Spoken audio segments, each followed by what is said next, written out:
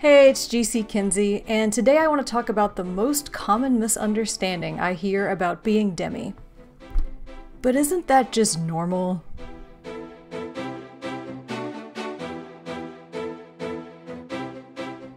The prefix demi describes an orientation where you only experience attraction to someone after you've formed a deep emotional connection or bond with them. This can be applied to any type of attraction, so if you don't experience sexual attraction without that bond, you would be demisexual. If you don't experience romantic attraction without that bond, you would be demiromantic, and so on. You'll typically hear about demi in the context of the asexual and aromantic spectrums. Demi is considered to be one of the orientations that exists within the gray area of those spectrums. So for people who don't experience typical allo-romantic or allosexual attraction, but also don't experience the complete lack of attraction that characterizes asexuals and aromantics. If you have one of these gray ace or gray aro orientations, you might experience attraction infrequently or only under really specific circumstances, or maybe you don't even know what attraction is. One of those specific circumstances is that deep emotional bond, and so that's why demi is considered one of those gray orientations. There are some people who conceive of demi outside of the context of the ace and aro umbrellas altogether, and that's totally fine too. If you're demi, you'll probably have different experiences and maybe some different boundaries around things like dating, romance, and sex than most other people. You may find yourself needing to wait a long time before you engage in sex or other physical intimacy with someone. Needing to really get to know someone before you can commit to a relationship or even just going on a date. Missing your window of opportunity to be with someone because by the time you were attracted to them, they'd already given up. Going long periods of time between liking anyone that way. Feeling like your dating pool is just your friends. Not understanding instant connections or love at first sight. And those kinds of things can make you feel frustrated or like something's wrong with you, especially if you see your peers engaging in sexual or romantic relationships without those same struggles. So with all of that in mind, why do so many people learn what demi is and immediately respond with, well, isn't that just normal?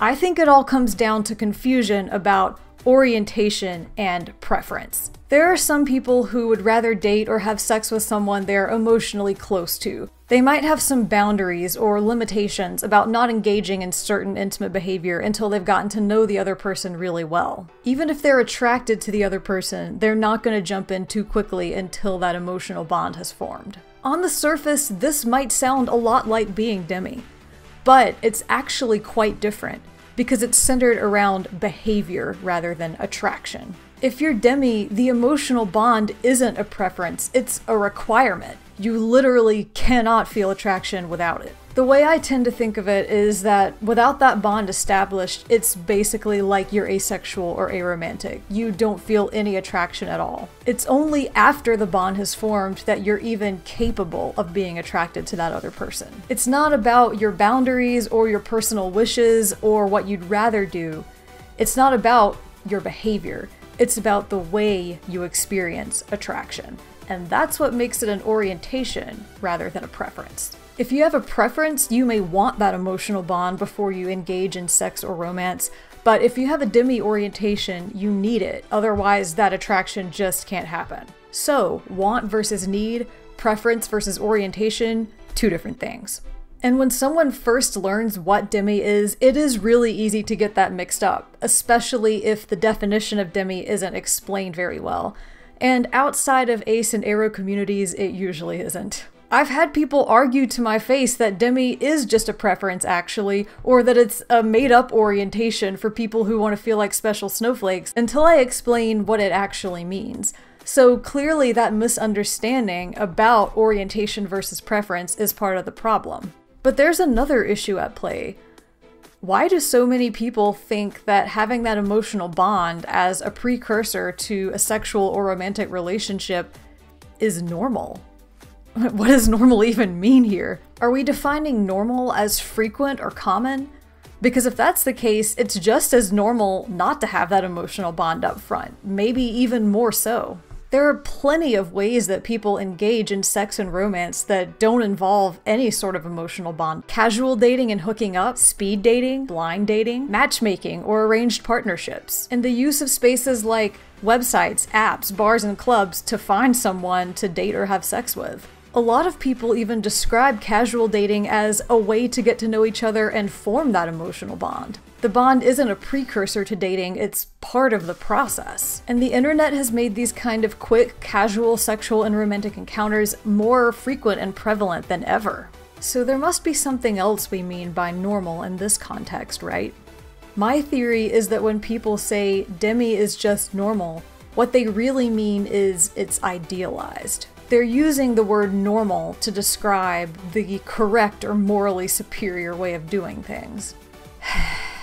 A lot of popular media puts this idea of establishing an emotional bond before sex or romance on a pedestal in all kinds of ways, from the fictional stories we consume to the advice columns, blogs, and news articles we read. How many times have you seen the friends to lovers trope appear in a book, movie, or TV show?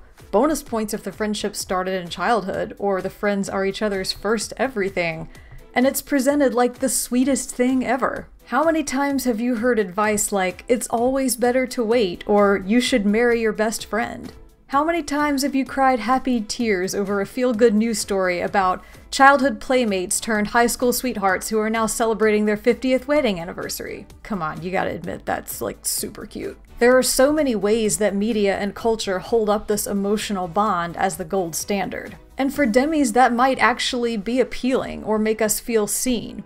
But then there's the flip side, which is how we treat that emotional bond in real life.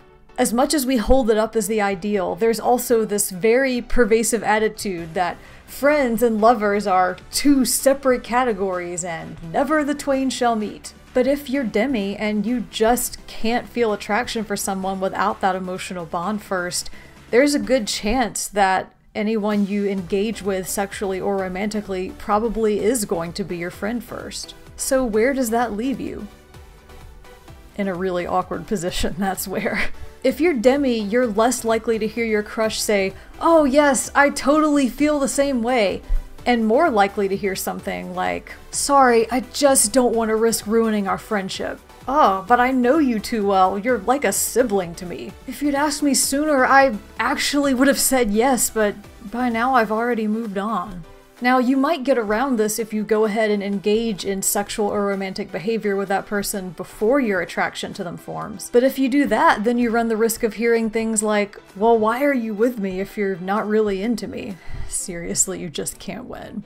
As a demi-romantic person, I have firsthand experience in just how challenging it can be to navigate things like romantic attraction and dating and relationships in a society where establishing that emotional bond up front is very much not the norm. Even though Demi is the part of my queer identity that I kind of figured out and started to untangle first, it's still the part that I talk about the least. And I think it's because I have yet to make my peace with it. I'm demi-romantic, asexual, and non-binary transgender, and out of those three things, it's actually being demi-romantic that's caused me the most struggles. The asexuality and the trans thing might be deal breakers in a relationship, and I know that going in, but at least those are clear-cut issues. Being demi-romantic makes it hard to even get to that point with someone in the first place. It was even worse before I had the language for it and thought that something was just wrong with me. Honestly, if I could trade being demi-romantic for aromantic, I would in a heartbeat.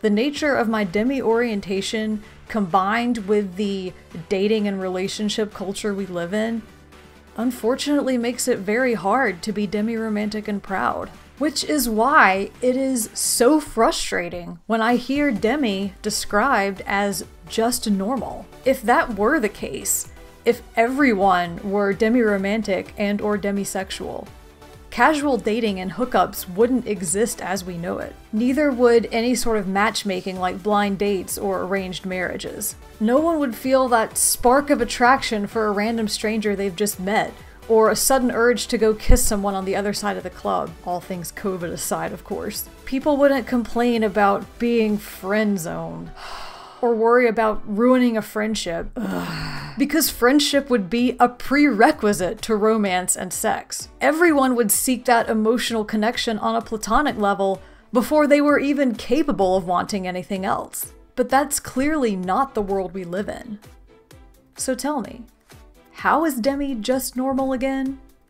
Before I wrap up, I do want to issue a huge disclaimer that when I talk about the struggles of navigating dating and hookup culture as a demi-romantic person, I am only speaking from my own personal experience. Like any group, demis are not a monolith, and though we may have an orientation in common, how we experience that orientation can vary wildly from person to person. You may be demi-romantic or demisexual or both, and you may have the same kinds of struggles that I do, or you may have different ones, or maybe it's not something that you struggle with at all. The culture of romance and sex within society is not built with demis in mind, but we all navigate it in our own different ways. And that's why I want to hear from you. If you're demi, how do you carve out a place for yourself in this world that idealizes the concept of friends first, then lovers, in a lot of media and culture, but makes little room for that in real life? How do you engage with potential partners and explain your orientation to them? And do you ever get hit with the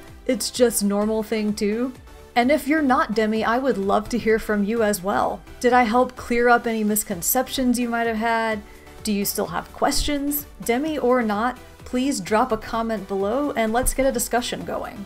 While you're here, feel free to check out my other videos. I have more vlogs like this one, as well as cosplay music videos and makeup tutorials. And go ahead and like and subscribe so you don't miss anything new. You can also find me on other social media. I am GC Kinsey across all platforms. And thank you so much for joining me today. I hope you enjoyed this video, I hope you learned a lot, and I will see you on the next one.